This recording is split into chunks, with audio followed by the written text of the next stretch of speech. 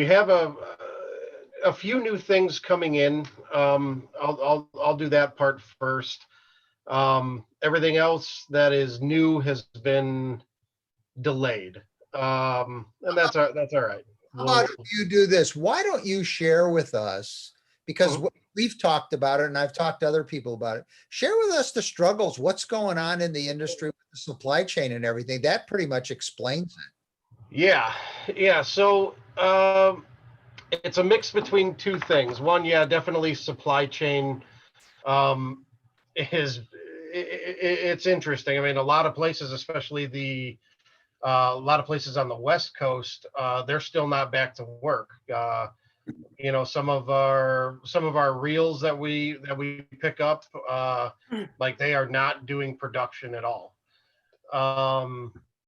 They'll get back on it, but right now they've had to concentrate their machining efforts into the COVID crisis.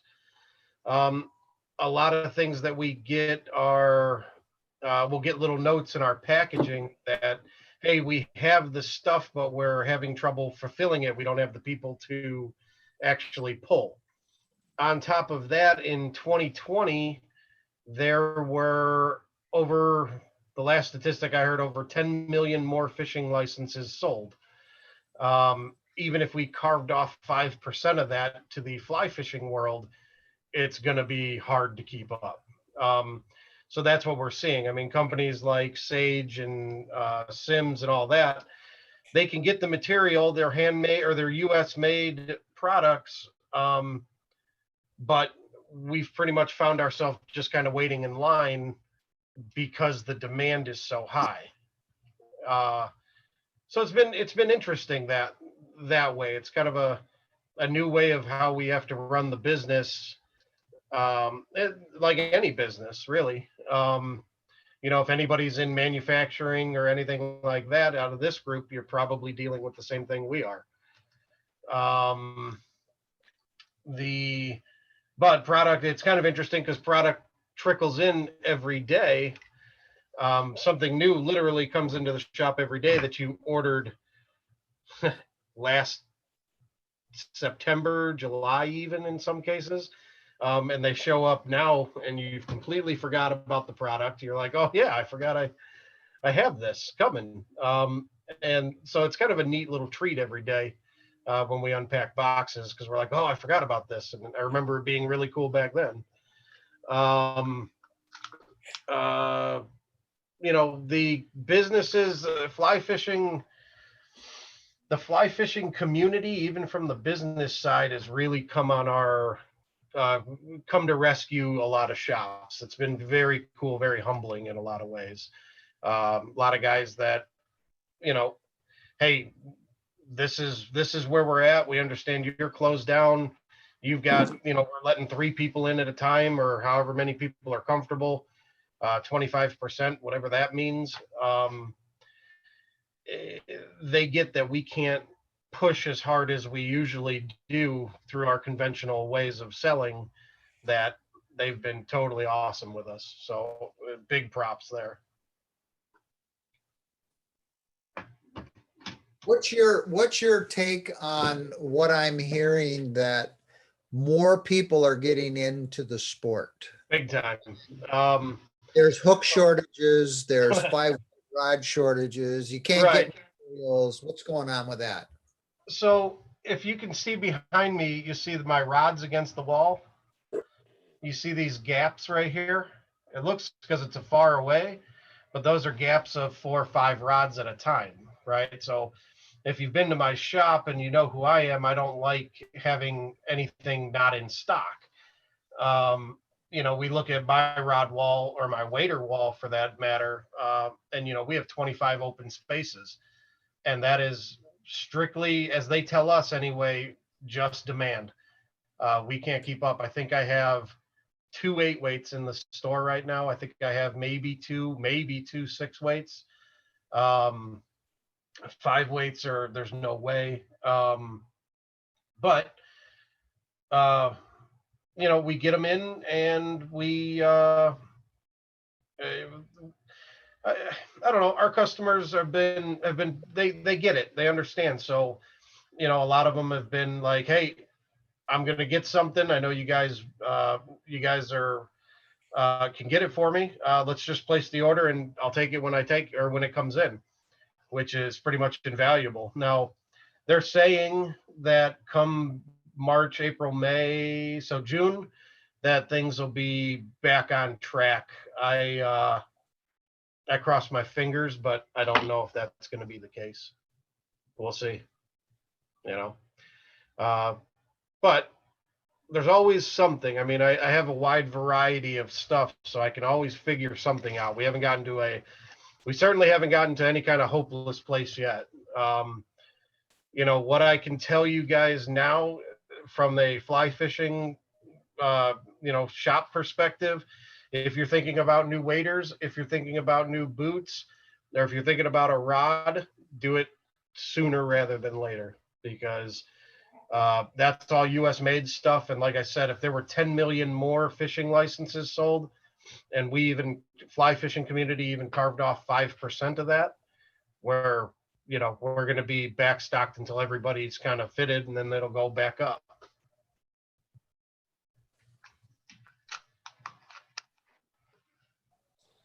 Anybody got questions for Jeremy about that? Otherwise, you can get into your what's new.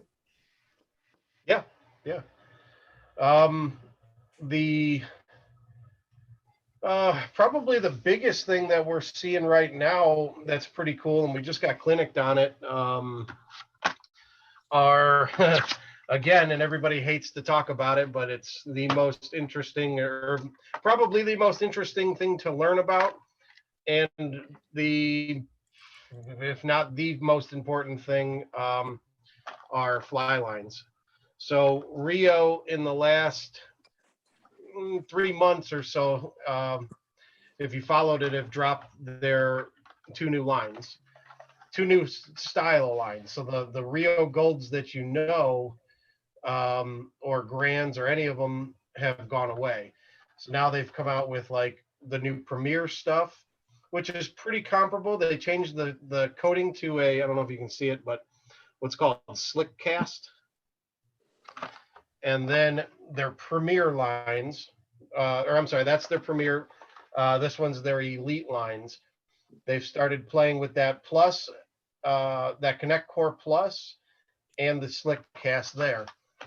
You know, fly lines they're crazy important. In fact, I think the last one of these I did with you, we did a whole big thing on lines.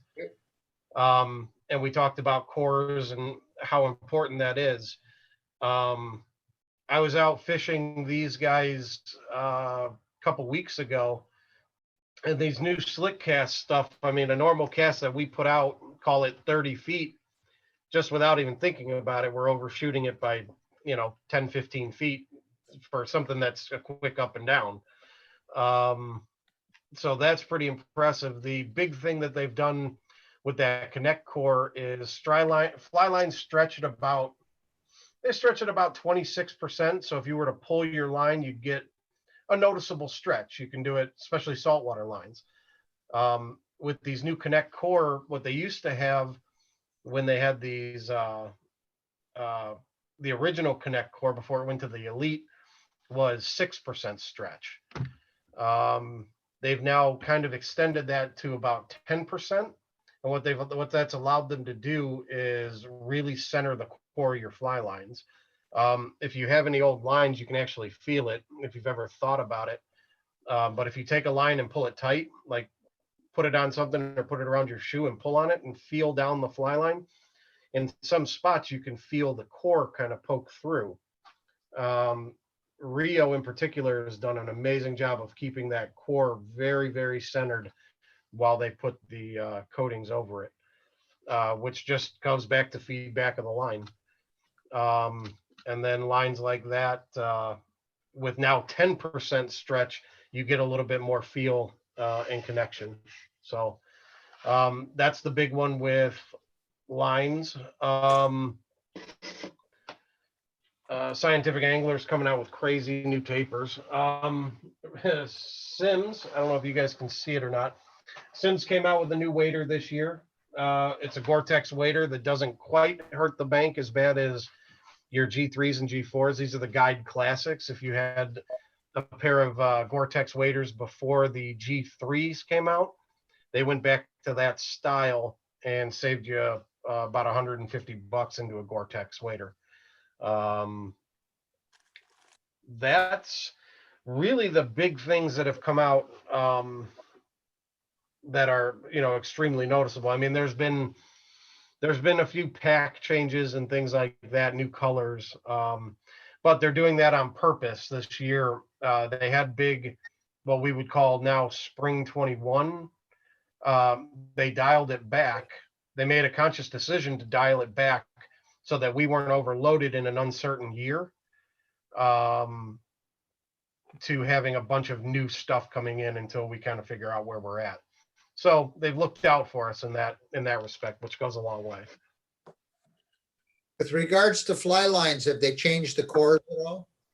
Yeah, they changed the cores down to a 10% stretch instead of a 6%. And the other one sits pretty steady at about 26%. They changed it a little bit, but more so they're concentrating on making sure the coatings go on when when in the process of making the fly line, that core is absolutely straight going through fly lines.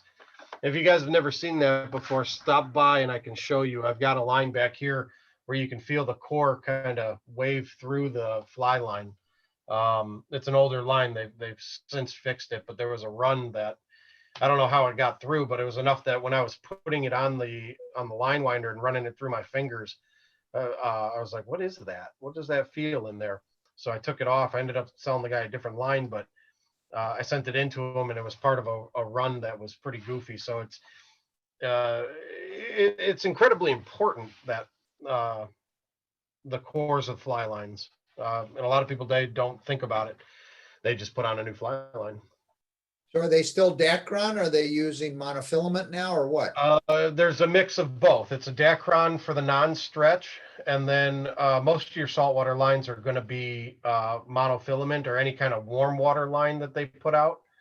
Or I'm sorry, cold water line that they put out is going to be Dacron. Any kind of warm water line is either going to be a really durable nylon. I used to have a piece of it here. I don't know what I did with it. Like that, or because you can't put this kind of stuff into cold water. Cold water will make it curl.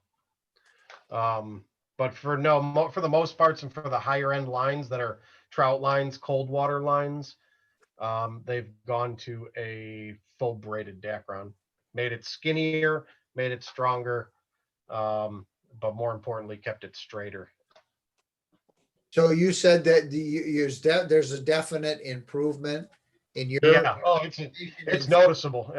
It's extremely noticeable. This slick cast right now, Rio's like claim to fame is they have the most durable fly line on the market. You know, and I mix my stuff up when I fish warm water stuff, and I'm fishing bass or pike and muskie. I tend to switch over to SA. I think they've got a little bit more dynamic taper designs. But when it comes to kind of delicate presentation stuff, I tend to stick with Rio. You know, that's me. People are different. You know, that's one of those from my side of the desk is the customer's always right. But here's my 2 cents. Where's the industry going as far as texture? Yeah. Texture is a love-hate thing. I like my steelhead stuff where I'm nymphing under, you know, a big indicator, 2 flies, weight. I use a textured line. It floats higher. It roll casts better. You have a little bit more control over it. Some people can't stand texture. Like when you're casting a lot, I don't like texture lines. I like smooth lines because I don't want to listen to the noise. But that said, like the dimples of a golf ball, you know, it flies through a little better. And and it sits higher up on the water. It just depends on how much you're willing to put up with it. It's not going away. No, no. In fact, they're expanding a few different line models into textured lines. But it's been there's been strong enough pushback that people love these tapers that were only available in textured, that they've now created a smooth column. So you can get those tapers that you really like that only came out in textured, now in what's called like an amplitude smooth from SA. What do you think about the availability of bamboo rod lines? Yeah, like silks and like double tapers and little light lines like that. Yeah, that one's not going to get affected as much. You know, that's already kind of reaching out to a smaller populace. So I haven't had any trouble really with fly lines. That one they've pretty much held strong. Cool. What else you got for us? I've got some limited time stuff. And good until they're gone things. I don't know if you guys know from the conventional world, Van Staal, I'm sure you've heard of that company before. They made a fly reel that came out. And I don't know what their deal is with it. It's an awesome little reel. It's a quiet in reel that I was able to scoop up quite a few of them that I can put on and sell. Let me see if I can center this thing. Very nice little reel, great designs in 4 or 5 different sizes that I've got, you know, dang near 50% off. Wow. You know, this is a big 8-weight heavy duty. A reel like this was $485 brand new. It's a $500 reel. I've got it for $270. Wow. You know, so those are good until they're gone. This one's going to be the most popular right here. That's a 7-weight, true 7.8. Van Staal. Their braking system's as good as it gets. But that's about it. Rod wise, they thought they were a little cute during the pandemic and came out with 2 new rods, one from Sage and one from Scott. The Sage rod is awesome. It's called the Sonic. It's a kinetic rod. If you know kinetic, that's your high-end rod. Those are your, you know, $8,000-$9,000 rods. But what they did was they took an old taper. This is like, think of the Sage 1, which was one of the nicest rods they ever made. They made like a little cousin to it. Comes in at about $550. They thought that since the pandemic was going, they could kind of slowly ease that one out. But they did not understand the ferociousness of fly fishermen. So that bad boy sold out in like a week. But I've got a couple of them left. The other one is a centric, awesome little rod for trout from Scott. They keep coming out with unbelievable stuff. And then a few of the fly tying things that are new, I'm actually going to show you when I tie the fly. Cool. Because I left the instructions. So when Mark and I went through the instruction list for the fly, are we ready to transition into that? If you'd like to, if you're done with your what's new part, this is. Yeah, I mean, if anybody, I'll answer any questions if anybody has any questions about what's new. If you have any questions about fly shop life these days, or I don't know if you guys saw, like, or if you have Instagram or anything like that, we just did our fly tying contest today. So you can kind of see where our heads are at. Instead of working, we spent all day in front of a fly tester today. Nice. Testing people's flies, which was a ton of fun. So are you in agreement with what I'm hearing, that this surge is different than the river runs through it deal? And the people I'm talking to are like industry leader people that are saying, we're going to get a significant amount of residual hang around from these people that are going to turn into fly fishermen, but people are tying, buying stuff, buying hooks, Right. and what manufacturers like Daiichi and everybody else had reserve.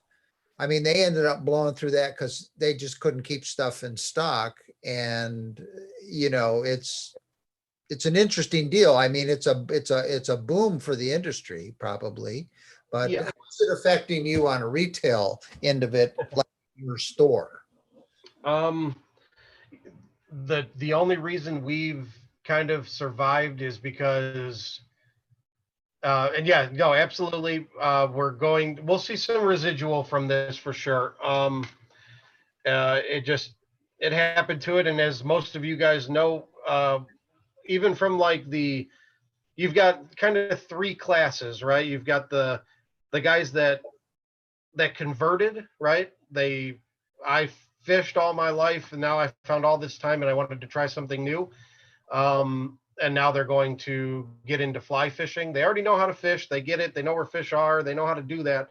And now they're trying to fly fish. Those are the dangerous guys. Those are the ones that are going to come in. And as you all know, it only takes a fish or two to reel in that those guys are stuck. They're addicted. They're done. We have a few people that are going to just dip their toes in it. Um, they'll see how it likes. But again, there's a reason why we're all sitting here today. Fly fishing kind of grabs you a little harder than most of the other things. And then, yeah, I mean, then we'll have, those are like the brand new guys. And then we'll have the guys that this is what they did to get outside. Um, we'll see them if we see them again, who knows? I hope that we do. Are you seeing any like materials and stuff that we would want or things that we would need becoming maybe a little bit more scarce Yeah. or getting a little harder to get? And if you could share that with us so they can come in and clean you out while there's still an opportunity to get some. Yeah, I mean, hooks, if you need hooks, pile on. I mean, little pieces of steel, they're tough. I carry Daiichi, I carry Gamakatsu, I carry Arex, I carry uh, Tiemco, and then I've got a couple more. I got a couple of partridges, things like that. There's a reason why in most shops, and mine in particular, is we started to diversify because when this one's out, we get the new ones. I've probably, in fact, on my phone, I should anyway. I might do it when we're done here. Is just take a conversion chart and just make it the backdrop of my phone. Because if they're come in and you've got a Tiemco 300 or 200R in mind, well, we went through a thing today with a guy where it was like he needed a 200R TMC and all I had were 2302s. Same bend, same length, same gap, except one was a 1X heavy and one was 2X heavy. And I was like, you're going to have to make do because I don't know when the next one's coming in. If you're worried about its drop rate, then add some lead. I don't know what else to tell you. But I carry a lot of these same style of hooks, like a 2X heavy, 4X long. I'm going to have that in Daiichi, Tiemco, Gami, U series. I'm going to have all of those just so I don't run out. So you got options. What's that? Yeah, we've got options, but again, sooner rather than later is what I'm going to say until things kind of open back up. What else? Tying material, anything, or no? Is that pretty good? No, tying material is okay. Some of the synthetics, like we get from like Hairline or Wapsi, it's not that they're short on material, they're short on packaging, right? They're short on people picking. So like Hairline, like Marcos out west, right? He can't work at full capacity. Well, he's got us out here that are putting in orders weekly almost, that he has to move it And if he can't pack the whole thing, 75% is going to have to do, and then the next one, and you'll get a little bit more and a little bit less. So we're kind of dancing right now. It's a fine line we're playing. But for the most part, I would say I'm sitting right now at about 85% stocked. That's good. It's not bad. The main stuff, your black marabous, your white marabous, your standard chenilles, are just fine. Like getting some of the brushes, some of the synthetics, little tougher. Eyes are a little light. Those are getting hard to come by. Thread's a tough one. Everybody's dealing with a thread shortage. And I don't know if that's because it's coming from overseas, or a lot of that, it's right there. We can see the ship that it's on, but they're not lit up. Okay. So You guys, anybody got anything for Jeremy? Otherwise, we're going to tie a fly. Nope. I guess we're tying. Let's tie. we're in. All right. Let me see if I can flank some light here. You guys will have to tell me. He's made me the big screen, so I can't tell. So far, so good. If it's a big one, you might want to move your vise a little bit to your right. There you go. We'll see how it centers. Mm-hmm. It should. It's not going to be too big. All right. So we're going to tie a little crayfish pattern I've tied for a long time. Excuse me 1 second. Kyle, could you mute us all, please? And then or I'll mute myself. All right, go ahead. It's all yours. Okay. So I'm going to tie a crayfish that I've tied multiple different ways. It's just a good, simple local pattern. You can tie it with anything. When we built the actual tying list, I left it open-ended on purpose. So when you see the piece that we took, I printed that right off. It's kind of open-ended, right? Large gap hook, Gamakatsu B10S or TMC 8089, a 2 through a 6. Make it in a size that you're comfortable fishing, or do it by time of year, right? I'm not going to tie too big today, because when we do start seeing crayfish pop in the next, I don't know, 3-4 weeks maybe, they're not going to be very big. They're also going to be pretty muted in color. So for today, I'm going to tie with Agami B10S in a size 2. But the big part of it, that's going to make a difference, you can tie with any of them. Try and give yourself a hook with a gap on it. Right? So, because crayfish, and especially the way that I'm going to tie it today, and you're using chenille, and we're going to be wrapping the body, we're going to be palmering the body with chenille and soft tackles and a whole bunch of other junk that we're just going to throw onto this hook. A wide gap is pretty crucial. Otherwise, it's going to fill in.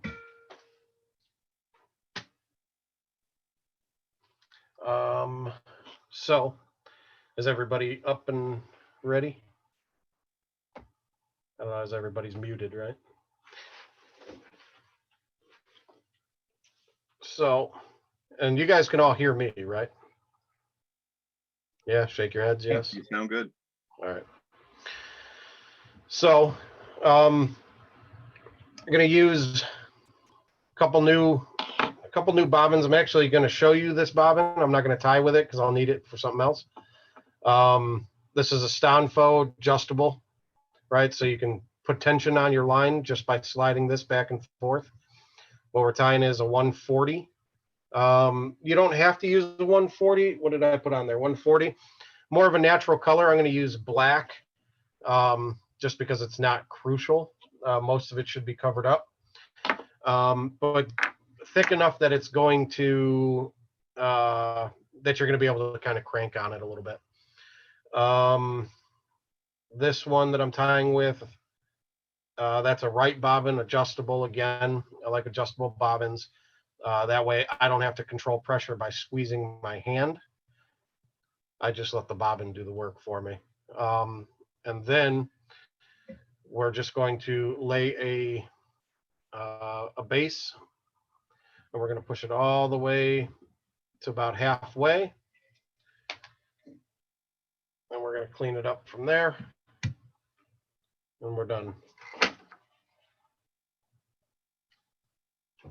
What else do I got here? So we're going to tie this hook up.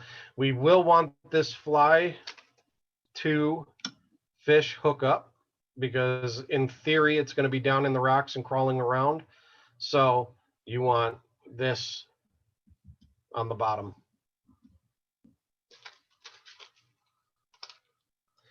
Next, we're going to take a lead eye or brass. Again, I left it kind of open. Dumbbell alleys. I like Danzel eyes. Any dumbbell will work. I like the Danzel eyes. These are very much so just a brass eye. I like the yellow. I like a brass or a yellow. But if you wanted to, I put a silver in there. You can put any color you want on there. It's just a way to get it down. And we're going to tie it on top so that it eventually keels the fly over, so that it's sitting on that side. Give yourself a little bit of a gap up front, so don't crowd the eye. Let's see if I can, let me get it on there and then I'll show you.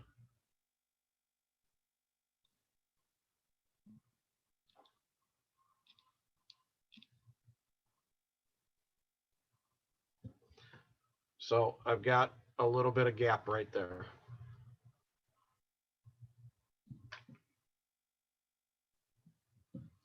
And then just to make life easier, I say that, and then my glue is locked up completely. There we go. And just tag it with a little bit of glue just so it stays in place there.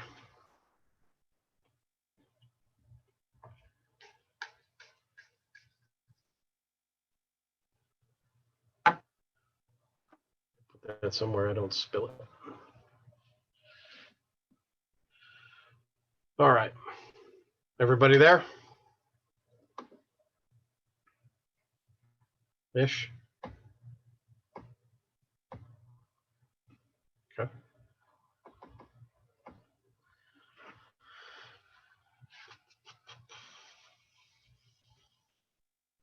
So we're going to take our thread and we're going to advance it all the way to the back, right to where it starts to bend down.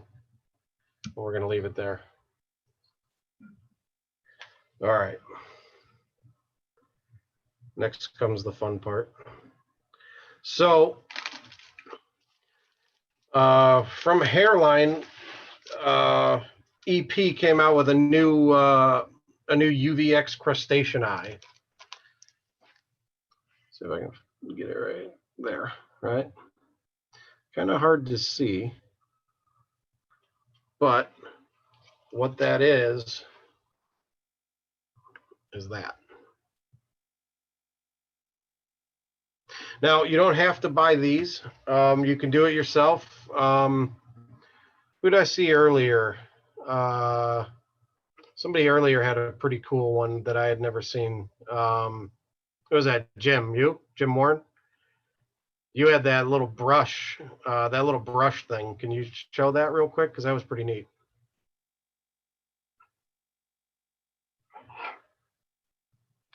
And that's just the bristle of a brush. It's pretty clever, right? The other way to do it, my favorite way to do it, the dangerous way, is you take your mono, this is like 80-pound mono, and you melt it into an eye, right? You'll get it to there, get it, kind of fold it over a little bit. Do it one more time. Kind of mushroom it. Give it a half a second before you grab it. And I ran out of fluid. Perfect. But that's all right because I got it. All right. And then you can take that eye and color it black or whatever color you want. Right. So that's the easy way to do it. Or not the easy way, the more complicated way to do it. I am just going to go with what you can buy at your local fly shop, might I add. A pair of EP crustacean eyes. We're going to put one on each side.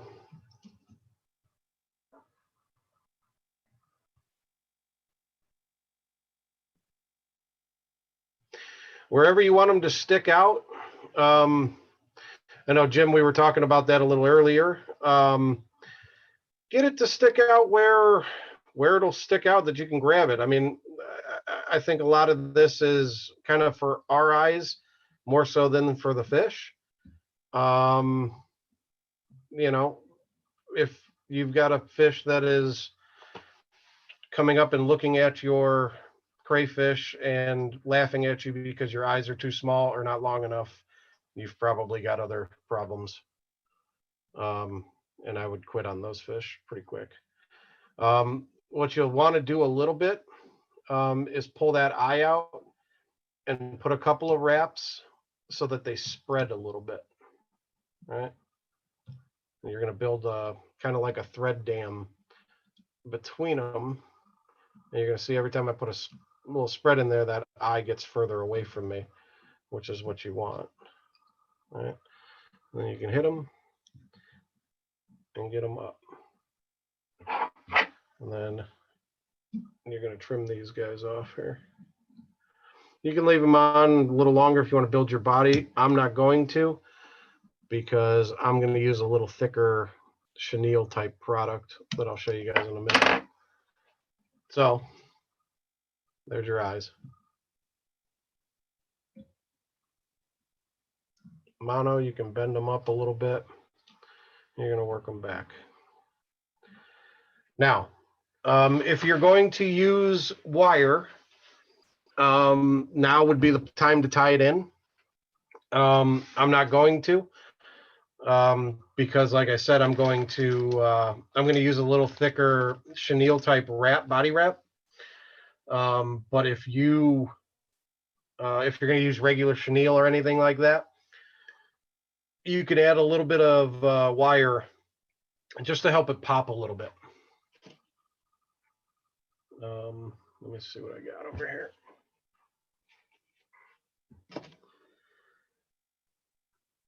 All right. Everybody kind of there? Maybe?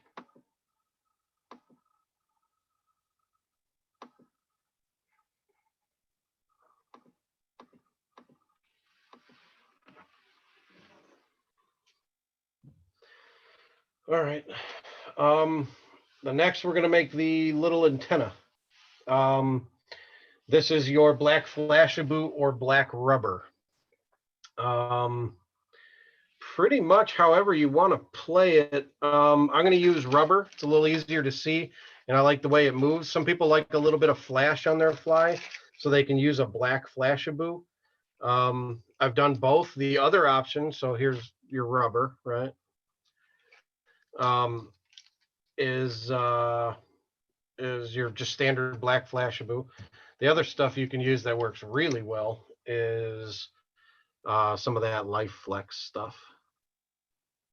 It's just a silicone, little bit of stretch to it, but not a, where are you? Not a ton. And you can grab 2 of those and just let them, they'll kind of more dangle than anything else. I'm going to use black because I like the way black looks.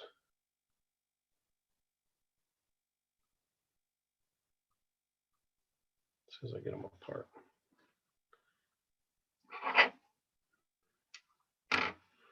So these guys, I measure it from the body, from kind of there to there, and I'll stick it out to there. So it's about twice as long or so as the eyes. And I'm going to tie in 2 of them. So one of them is going to go on, and they're going to seat kind of right in the middle in between. So you can put them in between the eyes like that. There.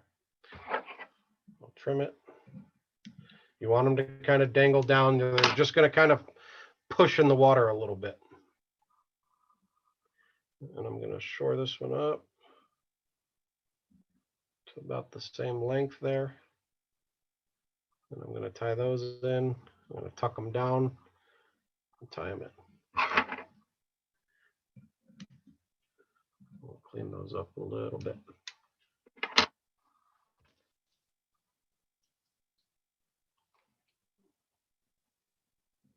Right. So again, Flashaboo works fine. That little Life Flex works well, or rubber legs. I like black because I like kind of natural colors. We'll go back to the list. So we've done our dumbbell eyes. We've done our grizzly soft hackle. All right. The next little piece is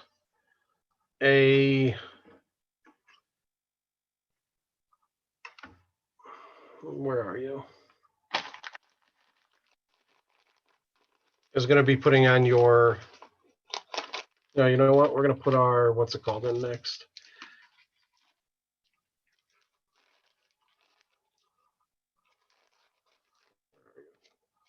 Your soft hackles. That's hard to see. Let me see if I can pull a regular feather out. You're going to look for a little bit longer soft hackle. This will get a little messy. That has a decent little taper to it. So like that soft hackle marabou patch like that, that's not what you're looking for. You want something with a little bit more of a point to it and has a little bit more length to it. On the other side, you're going to find these guys in the pack. Those aren't going to do you any good either. They'll just get lost right there in the, they'll get lost there in the fly.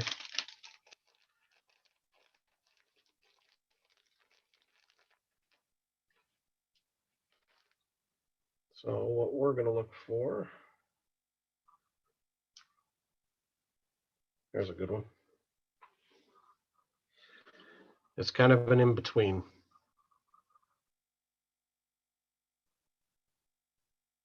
Right? Long enough that you can do it. You're going to want to tip tie this one. So we're going to tie it in, and we're going to kind of forget about it for a minute.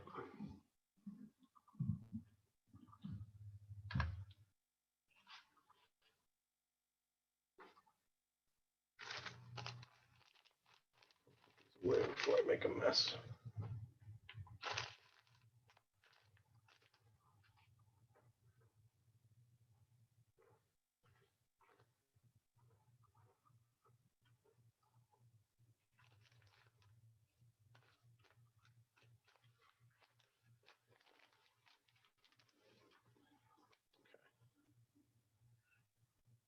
Everybody up.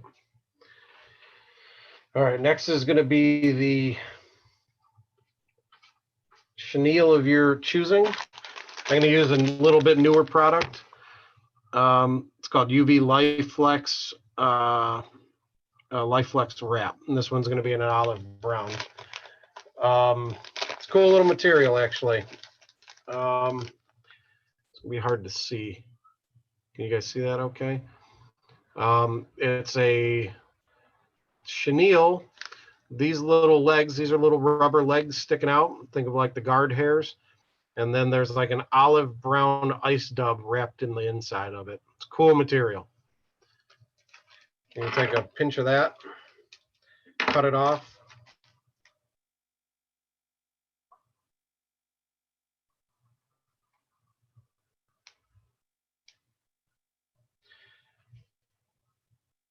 And you're going to tie that in. So I pinched off a little bit.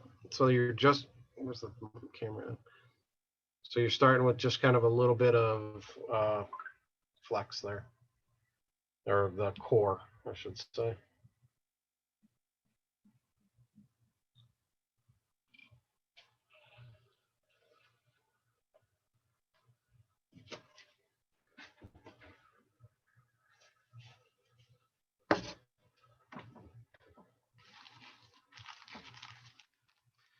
We're going to leave that alone for a minute.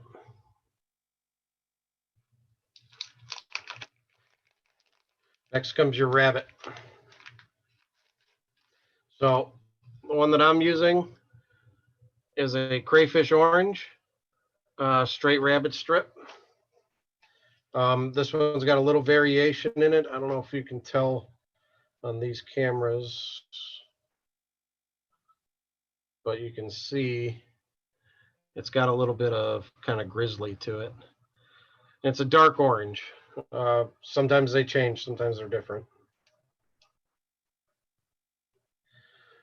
So with these guys, you're going to cut out 2 pieces. You're going to kind of measure it up to where you want your claws to be, which for me are about the length, a little bit shorter than the black, a little bit shorter than the black rubber legs.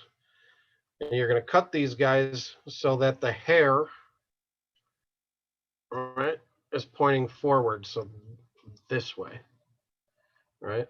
Because you want it to kind of flow in the water, right? So it's going to be about that length.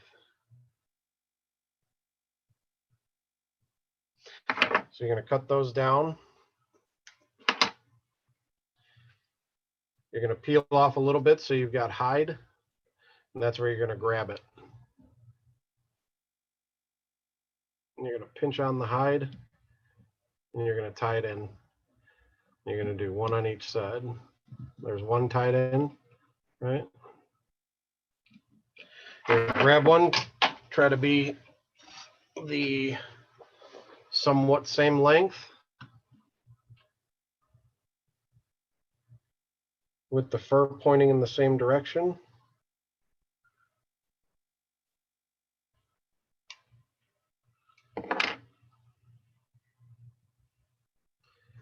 Try and get those to be about the same length.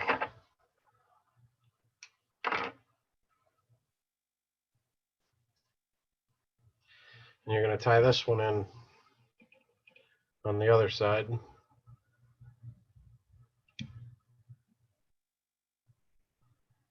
you're going to grab it right there.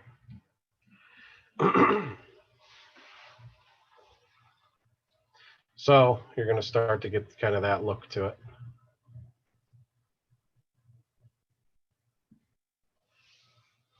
And there's a reason why we tie this stuff on first, so that when you come around it, your first wrap covers up all of that, right? So you're hiding all of your wraps, your tie downs with material that's already on there.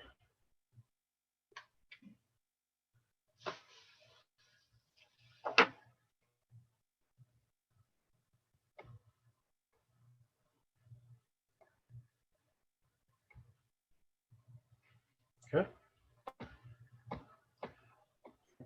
You have that Life Flex wrap in Yeah, of stock course. in the store? Who's talking to me? Is that Joe? Yeah, so Joe, yeah, I have a couple. I just placed the order today. I know a couple guys grabbed it because if they came in, I told them about it. I know I have a couple of different colors left. I don't know about the olive brown. I might have gotten greedy and grabbed the last one because it's pretty cool material. But there's a few other colors that I definitely have. Yeah. okay. I am getting another shipment in later this week that should put all that back in stock. But yes, to answer your question, it is what we carry. Great. So we get to there. We're just going to kind of grab and capture all this junk here. It's all going to get hidden away, so you'll never see it again. And you're going to tie this up right to the back side of these eyes here. And from there, once you get on there, you're going to start palmering your body.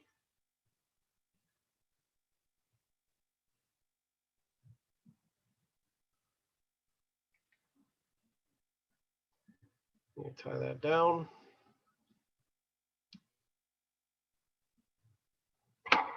We'll clip that down. Get it? And cut it off. Now you can, if you're using this kind of stuff here, you could forget about your feather completely, and we can move on to the front part. Or since we tied the feather in, and I think it makes kind of a neat little complement, is to go ahead and cut that feather in between your wraps just 2 or 3 times, just because it gives it kind of that bushy. It's going to help move water, and it helps kind of lift a few things up. Just gives the fly a little bit more movement. Get that leg out of there. Gives it a little bit more movement and a little bit kind of a segmented look to it. We'll cut that off. We'll go ahead and wrap that down. All right. Starting to look kind of like a crayfish with some body. Now, like I said, you can you can use any material on that. I did one before with a Palmer chenille. And that's kind of just that same thing, but a little skinnier. All right. Same kind of body though. Same steps, same everything. A little haircut up here. Don't cut your thread. And since we put all that stuff on first, the body and the wraps and the chenille, you don't see that pile of thread that you were covering down there. And you got to really go looking for it if you wanted to see anything other than shank or material. Couple little eyes poking out. And you've got your little antennas. A lot of things moving around the front. I'll probably end up trimming mine a little bit, but we'll get to that. All right. Next part is just the kind of crayfish, the fan off the front. I've seen people do this really well with Swiss straw. The wire. The wire. So, all right, if you're going to put your wire in, if you have wire, now is where you're going to just wrap these out, and all the wire is going to do is help you put more defined segment into here. I didn't put wire in because I'd have too much stuff on there. But you're going to go in between your you'd go in between your feather wraps. So if you did 3 or 4 wraps, you put a gap, a pretty significant gap in there. Your wire is going to go between those gaps. That'll tighten everything down and give it a little bit more segmentation.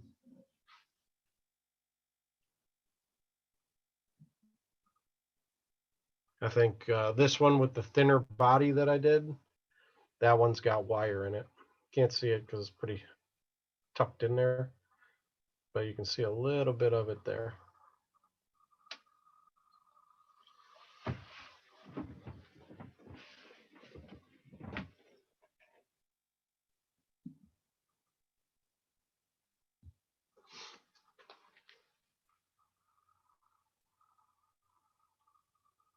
All right. Is everybody about there? I'll scroll through the pictures, see who's following along.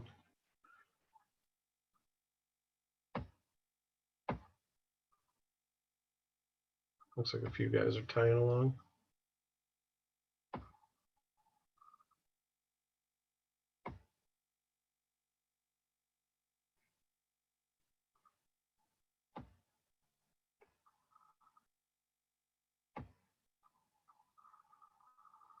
Why aren't you tying, Steve?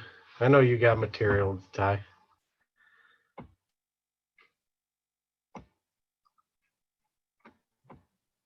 I want to watch it all the way through because I can't figure out what happens next.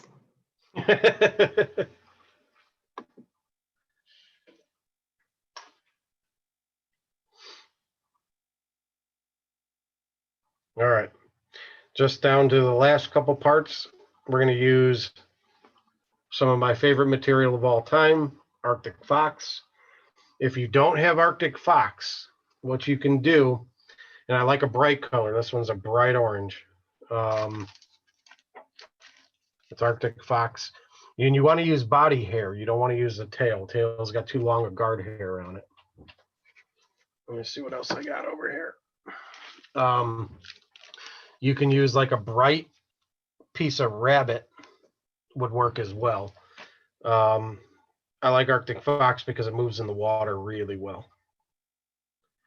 So what we're going to do is take a clump of it. No haircuts, right? And we're going to cut it right up next to the hide.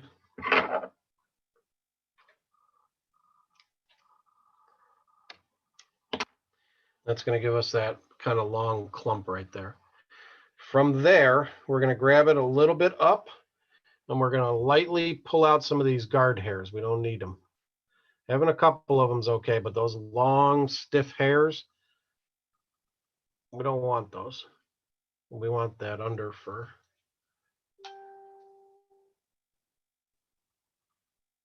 Right? And now that big old thing that I had turned into a tiny little thing. Right? And we're going to take that. I'll see if I can tie it so you guys can see, sort of. I'll be looking off of my camera, so it'll be kind of weird, but we're going to tie this in. We're going to tie it over, so our thread is still behind the eyes here. And we're going to tie this in right down, and we're going to clamp it and hide it down in there. 1 or 2 wraps is all you need, right? So it's tied behind the eyes. And there's going to be a little puff. We're going to cut that off. It might be easier to do it later. We'll do it later. We're going to take our thread and we're going to wrap it and we're going to put it underneath the front of the eyes. And we're going to ride that down into that channel, right? So it's hard to see. There's an eye. There's an eye. There's the material filling the channel of the dumbbell.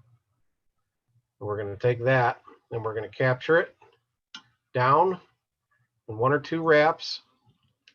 And we're going to kind of straighten it out so that it's covering the eye of the hook. Right? So now that's sticking out. That leaves this little clump back here, right there. You can shave that as much down as much as you want, or you can, and just get rid of it. And that goes away and it cleans it right up. Now, with this part here, since it's real long, we still got a lot of guard hairs up here. We don't want this big puff right there. It doesn't do anything. So we're going to take it, but we're going to trim it kind of in a semicircle and create a fan out of it. And there's a reason why I use a bright color like that, because with crayfish, we tend to be, see if we can, let's see if I got something dark behind it that you can see, right? Little puff. Looks big on camera, but it's not. It's actually pretty small. There's the eye of the hook. So it's just a hair bigger than the eye of the hook. Right? That right there, besides for completing the look of a crayfish, I like it in a bright color because when I'm smallmouth fishing with crayfish, it's very visual. That helps me see that fly. So if you're going to lose all this in the muck and the rocks, but this little bright piece here, you're going to be able to see. So when that thing disappears, in theory, set the hook. Lift it back up. So you've got your eye there. There. Take it. Tie it down however you want to. You can whip finish. We're going to whip finish with our hands.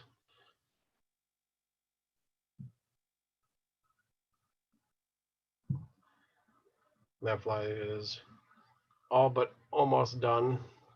That last little knot's going to help raise it so it's not on the hook. It's not on the hook eye anymore. right? That's the eye of the hook, that piece right there. That fan's sticking up, the knot is what's holding it up. And then you clip that off, and if the whole fly comes undone, you did it wrong. There's one more step I like to do. This is, I don't know if it helps. It helps me be able to see it.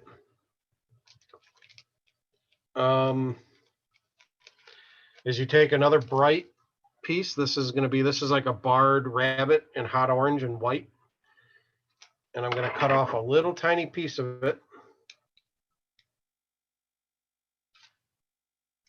Small little piece. Like a little square. That's the hide. A little bit of color right there. And I'm going to glue that. Actually, I'm going to use a little bigger piece than that.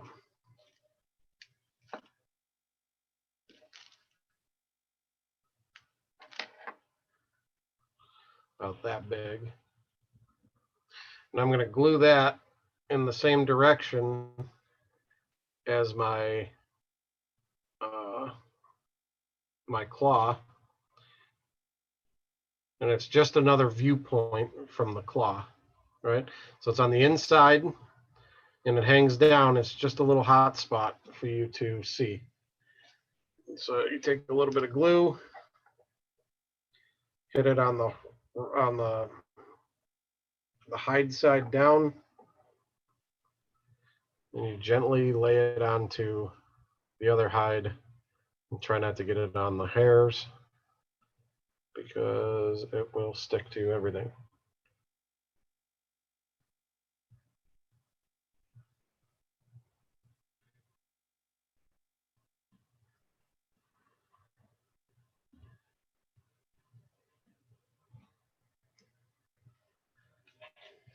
I'll do one more for the other side.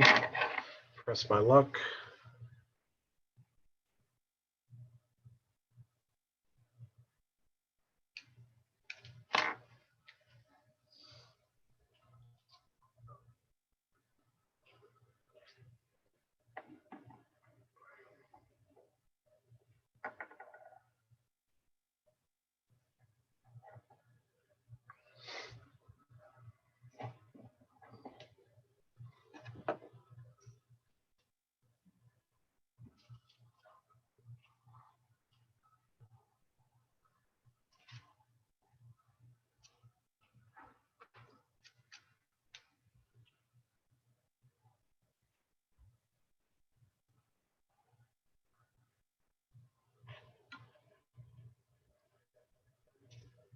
A little bit of glue.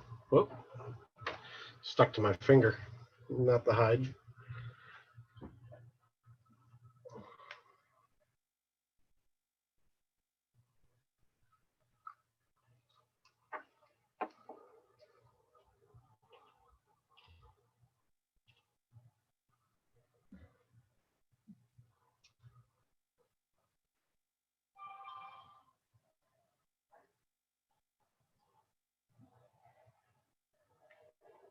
There she is.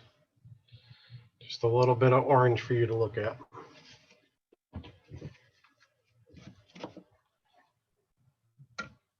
Oh, I ripped her off. You get a little bit of color. You get your eyes. You get a bright little tail, which is actually the head of the fly. And this thing rides, again, it rides hook up.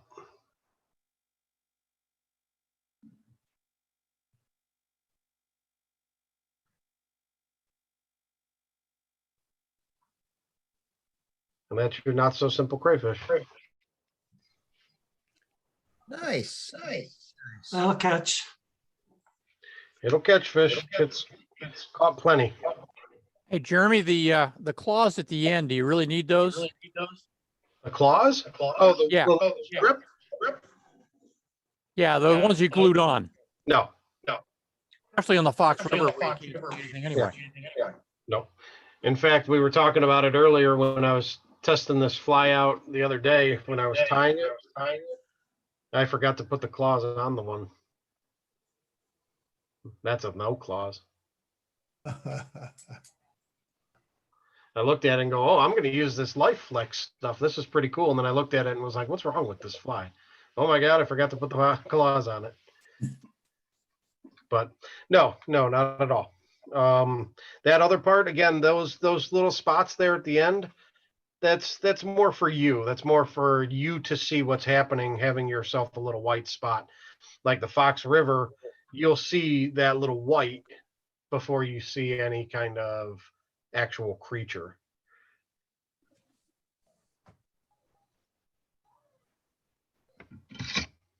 So when you fish that, like, do you fish that with a floating line or a sink tip?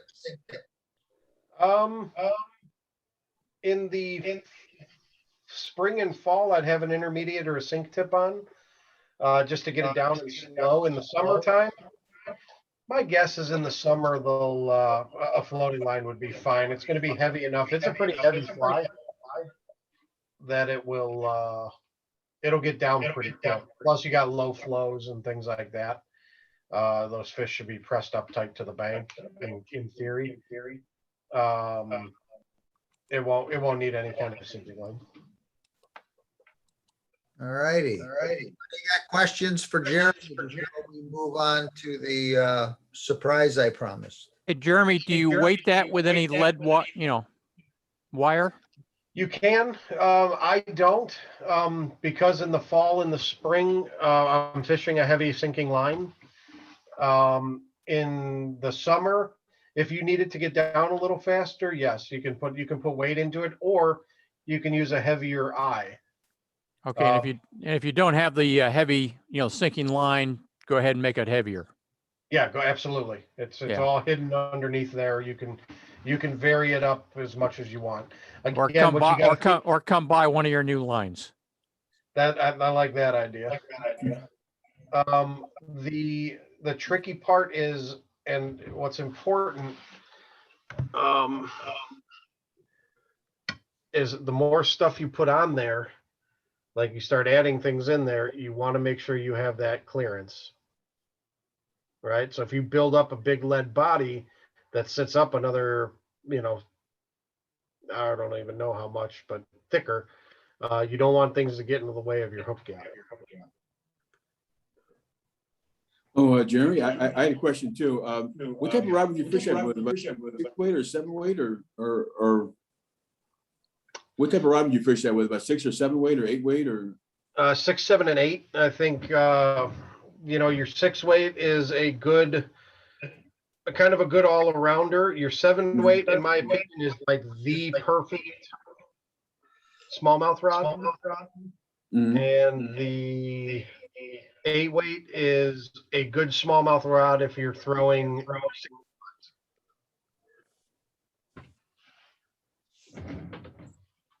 Seven's kind of your perfect smallmouth rod. That fly, the fly seemed kind of heavy. That's why I thought maybe you might want to go with a heavier rod than a 6 weight. That's what I was asking. It's light enough that a 6 weight will throw it all day. Okay. Yeah, no, you wouldn't have too much to worry about. If you put on a decently front tapered 260 to 280 grains, you're kind of pushing that 6, 7 weight anyway. Yeah.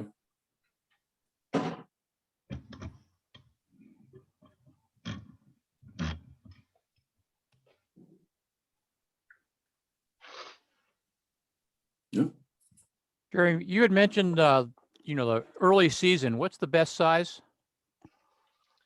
Early season, early season's a tricky one. Usually darker, and it's a mix. I mean, it can be different day to day. Those fish, they put the feed bag back on, so you can throw a big fly at them. They'll eat it. But when it's really cold, getting them to move on a big fly, it's all about,